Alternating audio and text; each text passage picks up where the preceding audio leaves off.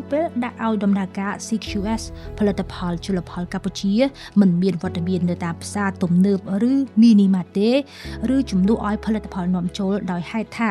អតិថិជនពុំសូវមានទំនុកចិត្តហើយការអនុវត្តសុវត្ថិភាពម្ហូបអាហារក៏មិនទាន់មានភាពទូលំទូលាយនៅឡើយ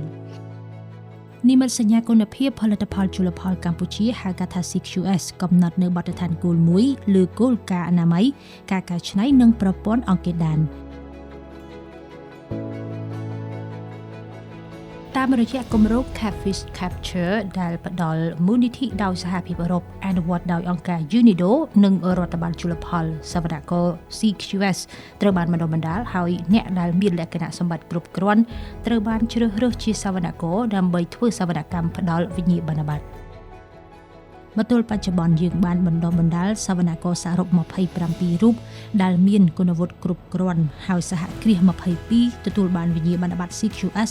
និងចំនួនច្រើនទៀតនាពេលបន្តបន្ទាប់ប្រព័ន្ធវិញ្ញាបនបត្រនិមិត្តសញ្ញាគុណភាពផលផលិតផលជលផលកម្ពុជាហៅកាត់ CQS គឺជាប្រព័ន្ធគ្រប់គ្រងគុណភាពនិងសុវត្ថិភាពដែលបាននឹងកំពុងអនុវត្តដោយរដ្ឋបាលជលផលក្នុងគោលបំណងលើកកម្ពស់គុណភាពនិងសុវត្ថិភាពផលផលិតផលជលផលកម្ពុជាវិញ្ញាបនបត្រ CQS ជួយឲ្យយើងកែប្រែការអនុវត្តអនាម័យនៅក្នុងផលិតកម្មជួយឲ្យគុណភាពផលិតផលយើងកាន់តែប្រសើរហើយសំខាន់គឺយើងអាចមានឱកាសចូលដល់ទីផ្សារថ្មីៗជាច្រើនយើងពិតជាមានមោទនភាពដែលផលិតផលរបស់យើងមាននិមិត្តសញ្ញា CQS វាគឺជាការលើកទឹកចិត្តខ្លាំងមែនទែនដែលយើងមើលឃើញថាសហគ្រាសមានភាពរីកចម្រើននិងកែលម្អការអនុវត្តអនាម័យកាន់តែប្រសើរឡើងជាពិសេសយើងអាចជួយពួកគាត់ទទួលបានវិញ្ញាបនបត្រ CQS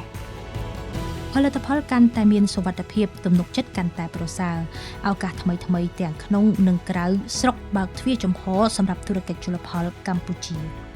CQS មានតម្លៃហួសពីប្រព័ន្ធវិញ្ញាបនបត្រពលគឺជាវឌ្ឍនភាពរបស់វិស័យជលផលកម្ពុជា